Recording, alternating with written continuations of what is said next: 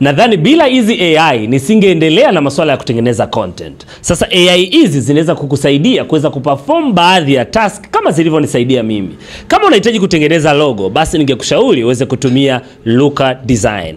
Na kama unahitaji kupata design au posters kwa ajili ya biashara yako au brand yako, basi ningekushauri jifunze namna ya kutumia Canva. Lakini kama unahitaji kutumia noise cancellation, yani umerekodi video alafu ikatoka na makelele na unahitaji kuyaondoa, basi ningekushauri utumie Adobe Podcast. Lakini kama unahitaji copywriting, basi ningekushauri uweze kujifunza kutumia Copy AI. Lakini kama unahitaji content idea, basi mimi hutumia DeepSeek ili kuweza kupata content ideas nyingi ambazo mnaziona.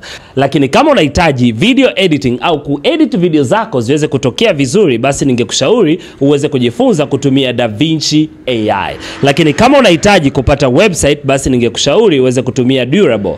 Na kama unahitaji kuweza kupata digital store kwa ajili ya biashara yako, basi ningekushauri utumie Gumroad. Ni hizi tu AI ambazo mimi hutumia. Na kama mtu yote akikuuliza ni nani amekueleza juu ya mambo haya, usiogope kumwambia umemfollow Bazi PK1. Asante sana.